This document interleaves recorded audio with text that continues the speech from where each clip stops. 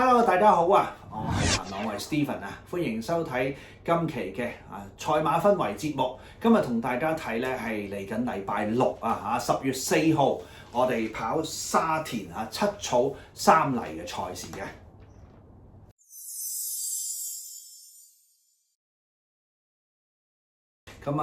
今次咧同大家睇一對騎練啊，分別就係巴道同埋廖康明。先講巴道啦。今個賽日咧，巴道嘅出馬咧，可以特別留意喺2場羅富全馬房3號馬美神來啦。5場就係廖康明馬房就係10號嘅有你有我啦又係我中意嘅騎師我中意嘅練馬師。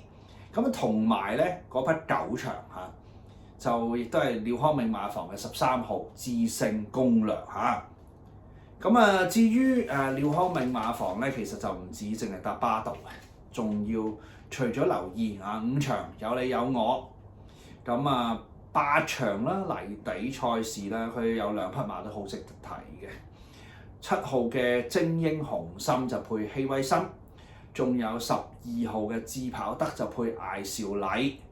當然啦，到頭先所講9場13號嘅智勝攻略，再一次配巴道有4匹廖康明馬房嘅馬，都係要關注嘅。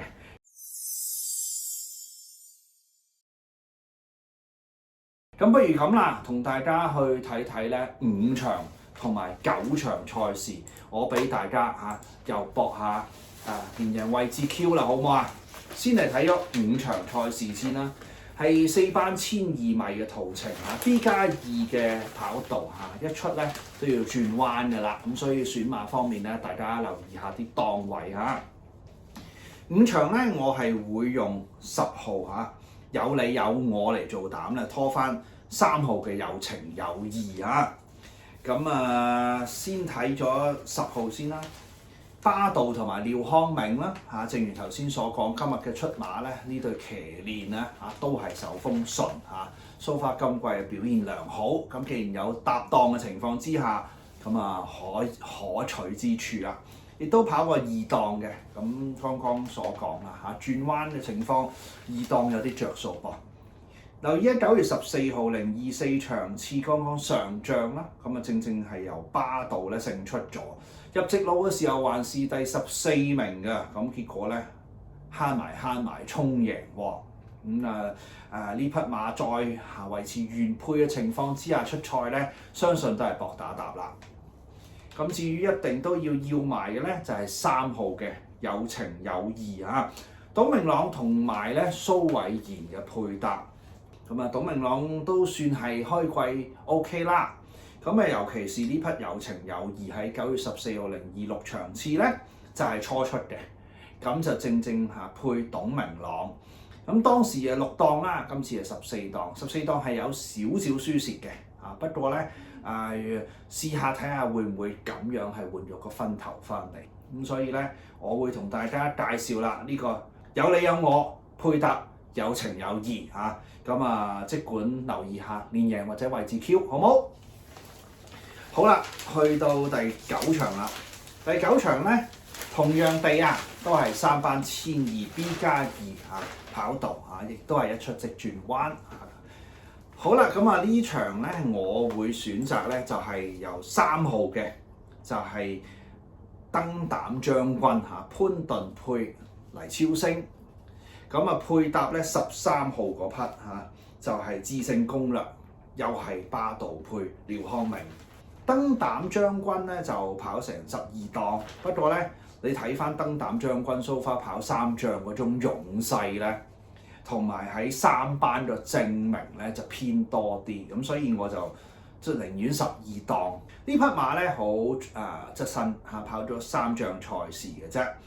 2月23號450場次，當其時4班配艾杜拿就跑咗個第3。因為贏嘅係跨境寶馬，其實都幾神嘅。後來就亦配咗潘頓就跑2次。7月13號黃昏馬834場次啦，就贏咗嘅。跨個季過嚟啦，9月7號開鑼日009場次，亦都係配潘頓，升到上3班孭咗個輕磅123磅，咁就結果都係贏咗天星嚇。咁所以呢匹馬咧，基本係3出就3上命嚇，甚至乎2個 win 打搭 win 㗎啦。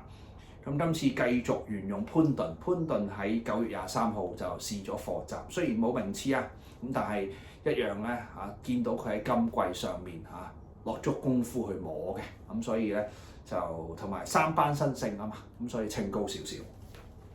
睇埋13號巴道同埋廖康明4檔馬就係致勝攻略嚇。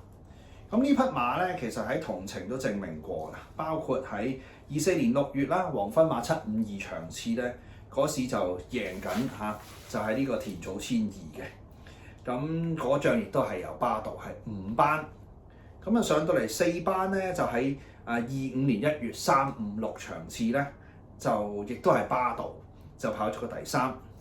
7月16嗰日咧就係夜馬啊，843谷草夜馬嘅實科，嗰日咧就係喺谷草1200就4班 win。咁但係咧頭先話齋，正匹馬咧就喺3班嗰度咧就叫做零證明啊。咁所以雖然就係我中意嘅騎、中意嘅練啊，亦都係一個好檔情況。同程同埋谷草其實都好有證明，但係咧就係3班嗰度唔知佢夠唔夠殺咁解啫嚇。咁所以咧我就情願倒翻轉頭用3號燈膽將軍就拖翻咧呢匹13號嘅致勝攻略，係我第9場嘅 tips 嚇。咁啊大家又即管嚇睇下連贏維持 Q， 或者將5場9場咧2穿3穿埋佢又得嘅，好冇？咁啊祝大家咧喺禮拜日嘅田草賽事贏多啲啦！今日嘅節目係咁多，我哋下期再見，拜拜。